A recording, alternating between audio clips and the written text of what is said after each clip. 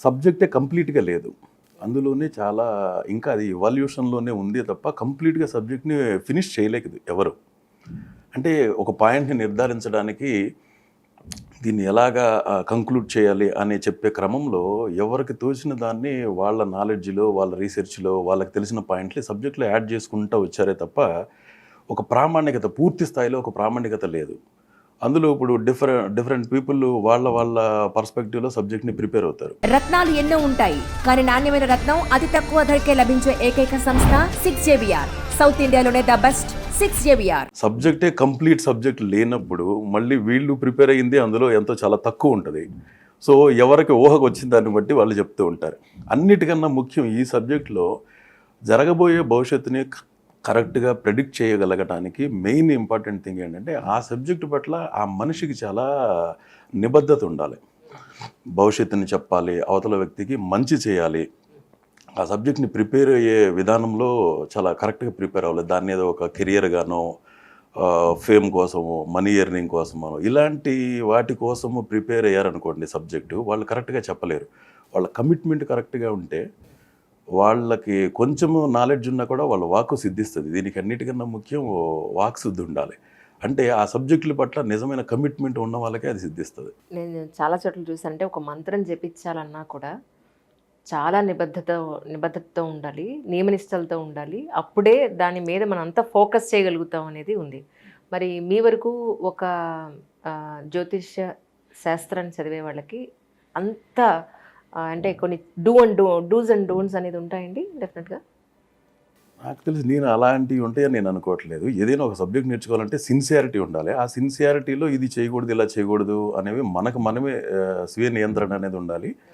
అన్నిటికన్నా ముఖ్యం ఏంటంటే ఆ సబ్జెక్ట్‌లో అసలు ఈ పాయింట్ నిజమా కాదా? సబ్జెక్ట్‌ని నేర్చుకోవాలి ఫస్టు. ఆ సబ్జెక్ట్‌ని ఎంత బాగా వాళ్ళు ప్రిపేర్ అవుతారు, దాన్ని ఎంత డెడికేటెడ్‌గా ప్రిపేర్ అవుతారు అనే దాన్ని బట్టే వాళ్ళ యొక్క నాలెడ్జ్ అందులో ఎంత సివియర్‌గా వెళ్తారు. అంటే మనం నేర్చుకునే పాయింట్ అనేది ఇది డబ్బు కోసమా, ఫేమ్ కోసమా, సరదాగా నేర్చుకుంటున్నామా అనే అలా ఉండకూడదు. ఒక దాంట్లోనే అంత సివియర్‌గా, డీప్‌గా వెళ్ళాలి అనుకుంటే లైఫ్‌ని దాన్ని డెడికేట్ చేయాలి. దానికి కొన్ని సంవత్సరాలు పట్టిద్ది నేర్చుకోవాలి అంటే.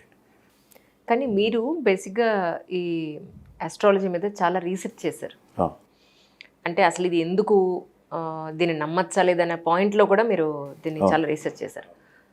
అసలు ఎందుకు వచ్చారు మీరు ఇటువైపు? మీరు ఏం నేర్చుకున్నారు ఇందులో? బేసిక్‌గా మాది వ్యవసాయదారుల కుటుంబం. మా మేనమామ పామిస్ట్రీ చెప్పేవాళ్ళు. ఓ ఆయన పక్కన కూర్చొని ఆయన చెప్తున్నప్పుడు విన్నప్పుడు చాలామంది ఇది ఇలా జరిగింది, ఇలా జరిగింది అని పాస్ట్ చెప్తున్నప్పుడు అందరూ అవును జరిగింది, జరిగింది అని నేను వింటా ఉండేవాడిని. అదే టైంలో నేను మన యూరోపియన్ ఆస్ట్రాలజర్ కీరో అని ఉన్నారు. ఆయన ఆటోబయోగ్రఫీనే మన 'రాధేశ్యామ్‌లో' హీరో క్యారెక్టర్ అనమాట. ఓ ఆయన క్యారెక్టర్‌కి inspiration European astrologer Kiro. Okay okay. ఆయన ఆత్మకథని నేను చదవడం జరిగింది డిగ్రీలో ఉన్నప్పుడు. సో అది నన్ను బాగా ఒక భవిష్యత్తుని ఎంత కరెక్ట్‌గా చెప్పవచ్చు అనేది అతను చాలా సందర్భాల్లో ప్రూవ్ చేశాడు. అతను చెప్పిన అద్భుతమైన ప్రిడిక్షన్‌లు చాలా బాగా జరిగినాయి అవి. సో అట్లా ఒక భవిష్యత్తుని అట్లయితే మనం ముందే తెలుసుకోవచ్చు. ఇది సాధ్యమే అన్న పాయింట్‌లో నేను ఇక దాని మీద కృషి చేయడం మొదలుపెట్టాను. నేర్చుకోవడం మొదలుపెట్టాను. బుక్స్ చదవటం, కనపడిన చేతులల్లా రీడ్ చేయటం. ఆ చదివిన పాయింట్లతో చెప్తూ ఉంటే కొన్ని జరిగినవి అని చెప్పేవాళ్ళు. ఓహో! అంటే నాకు వాళ్ళ గురించి ఏం తెలియని వ్యక్తుల చేతిని చూసి వాళ్ళ గతంలో జరిగిన కొన్ని సంఘటనలు నేను చెప్పగలుగుతున్నాను అంటే దీంట్లో ఏదో ఉంది. సో ఇంకా నేర్చుకుందాం అనుకుంటే ఇంక అలాగా బుక్స్ చదవటం, కొత్త వ్యక్తుల్ని కలవటం, వాళ్ళ చేతులు, జాతకాలు పరిశీలించడం, అవన్నీ పాస్ట్‌లో జరిగినయన్ని మ్యాచ్ చేసుకోవడం, అవన్నీ జరుగుతున్నప్పుడు వాళ్ళు యెస్ అని చెప్తున్నప్పుడు అది నాకు ఒక రకమైన కిక్ ఇచ్చేది. ఓహ్! అయితే ఈ సబ్జెక్ట్‌లో విషయం ఉంది. నేను బాగా ప్రిపేర్ అవ్వాలి అని ఇక అలా సివియర్‌గా ఇక దాంట్లోనే సీరియస్‌గా రీసెర్చ్‌లోకి వెళ్ళిపోయాను తెలియకుండానే.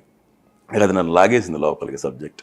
అలా జరుగుతున్నాయి అనే విషయం నాకు తెలుస్తున్నప్పుడు ఒక వ్యక్తి జీవితంలో జరిగిపోయి నాకు పరిచయం లేని వ్యక్తుల జీవితంలో జరిగిపోయిన సంఘటన నేను చెప్పగలుగుతున్నాను అన్న పాయింట్ నన్ను బాగా ఇక ఎంకరేజ్ చేసింది.